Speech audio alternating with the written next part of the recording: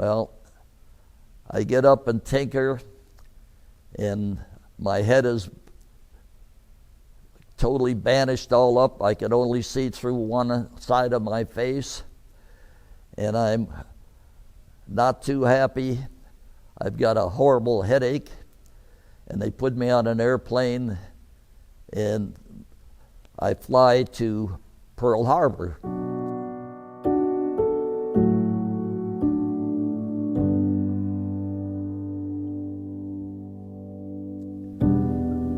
At Pearl Harbor, an ambulance meets me at the airport, takes me over to the military hospital there, and the doctors there call the detailer and say, this eye is really festering and it's draining, and I think we better have it operated on right here. And the detailer convinced them to patch me and send me. So now I'm back on an airplane, and I land in Guam, and I'm immediately met by an ambulance there, and I'm taken to the hospital, and then they have to wait for a special surgeon to get there. And so after a week in the hospital there, I was wondering why everybody was looking at me kind of strange, and nobody wanted to sit and talk with me. And I thought, am I contagious or something, or why am I being kind of shunted off? Well, later on, I found out what the panic was all about. The guy that was doing the department head job in the Ganya, Guam airfield was given immediate orders to transfer out of Guam to go to the Pentagon. He was promoted from commander to captain, and they wanted him in the Pentagon immediately. So the pressure was on to get somebody to Guam to take his place, and that nullified my orders to Diego Garcia. So when I'm talking to the crew and stuff, my new officers and everything, the word leaks out that the word had gotten to Guam that I had slashed my wrist and poked myself in the eye because I didn't want to go to Guam. And it turned out that the guy that was scheduled to go to Guam immediately, he and his wife had reported into Tinker Air Force Base for transportation there, and they had a big squabble and an argument, and he tried to kill himself at the BOQ. So they put him away and out of the picture, and that's what caused the panic then to get somebody as fast as they could over to relieve the captain and send him to the Pentagon. And that's how I wound up at Guam, and that's why the people were looking at me kind of funny when I arrived. I convinced them at the time that yes, I had slashed my wrist, but how that happened was I was trying to get the glass passenger side window replaced in my Fiat before I left, so the wife would have a backup car, and then I could transfer one of the other cars with me over to Guam. As it turned out, there was a very sharp edge on the door. When I pulled my hand out, it cut my wrist. When I grabbed a towel to put the towel around my wrist, I was talking to my secretary, who was telling me my detailer wanted to talk to me about the change of orders. And she mentioned, well, he just slashed his wrist. And so I've got a bandage on my wrist, and then the detailer finds out that I've got this avocado branch through my eye. So the story perpetuated itself, beat me to Guam, and tainted my arrival. But the switch of orders to go from Diego Garcia for a year to 18 months unaccompanied in an isolated island to go to Paradise Island, Guam, was well received by me. Even though I had to panic to get there, Guam turned out to be a paradise. My feelings on Guam was that if you love the ocean and you love to go skin diving or scuba diving, or you want to be on an island which is back in the centuries, basically, that is paradise with the people. They like you. The little villages there were very helpful. They had little pig roast, and anytime they had a pig roast, they invited us to come to it. Of course, they said, bring the beer. But they were wonderful people.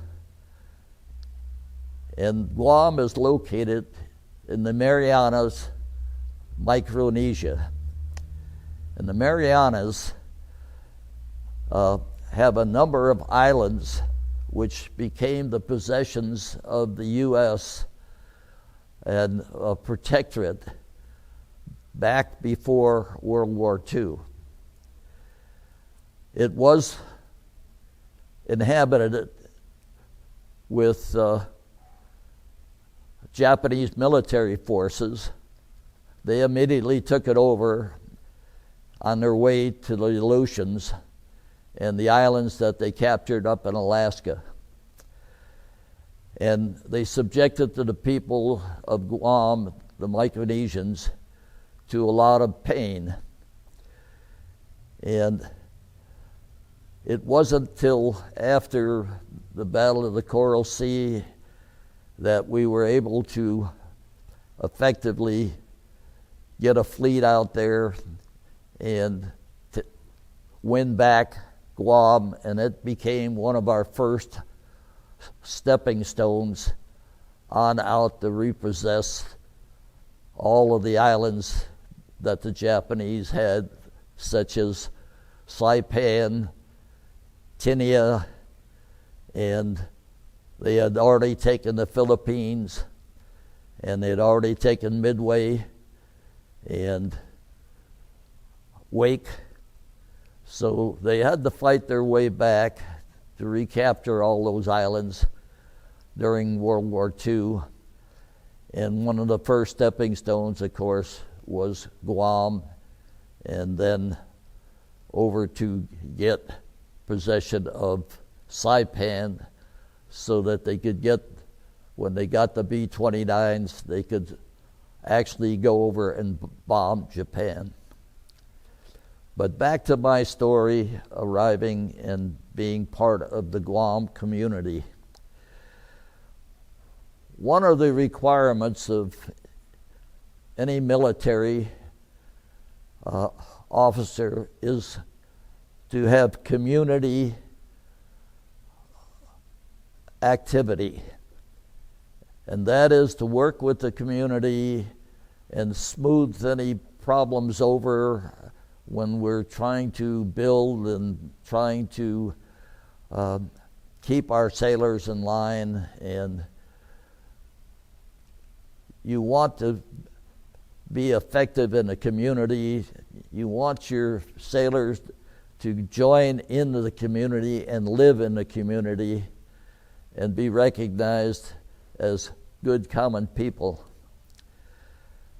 Well, that was pretty easy in Guam. They liked us. when they decided to base submarines in the forward base there on Guam at Apra Harbor, they put a nice submarine base there where they could rebuild the submarines and the damage and maintain them and still be halfway out in the Pacific. So they needed a little air station, but they didn't do what they normally do, and that is build big hangars and big facilities and outbuildings and stuff like that. They left it as a small community airport, and they made the big airport up on the northern end of the island where they housed later on they housed the B-52s. And the B-52s could leave the U.S., fly to Guam, refuel, and then fly on over to Thailand during the Vietnam War and support that war. So Andersen Air Force Base was way up on the north end. The submarine base was down in the south end, and my little airfield was in the middle. I was lucky enough to be about the fifth senior guy at Agana, and I got along well with all the department heads, and I was a close member with the chaplains. We had a Catholic chaplain who lived in the BOQ, and we had a Protestant chaplain who lived in a little housing project there.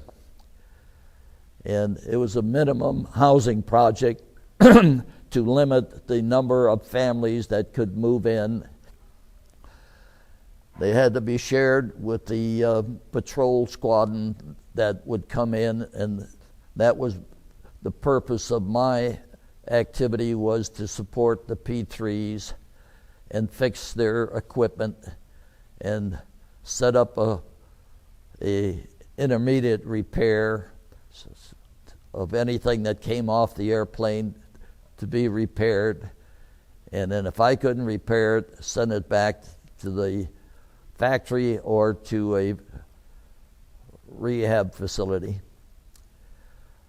So the first thing I did after I got there was looked into the morale problem. Since we had it fluctuated depending on the amount of squadrons we had there, but it fluctuated between 100 to 150 people. And we had approximately 30 females in the military there, and we had limited liberty facilities. This was not an island where a fleet would pull in and all the sailors would come ashore and hit the bars and stuff. But this was a small community that the fleet did not land and pull in. They did not have piers that would maintain carriers or anything like that. It was strictly a small island. The physical size of the island was 28 miles long, about 6.5 to 7.5 miles wide. It had one main highway, which was a big circle that went around the island, and one highway which crossed the middle of the circle back and forth. So there wasn't a whole hell of a lot of traffic there. The only time you saw any traffic on the road was when the school buses were active. Everybody had to follow at the speed of the school buses. And the highways, when it rained, it always rained somewhere on the island every day.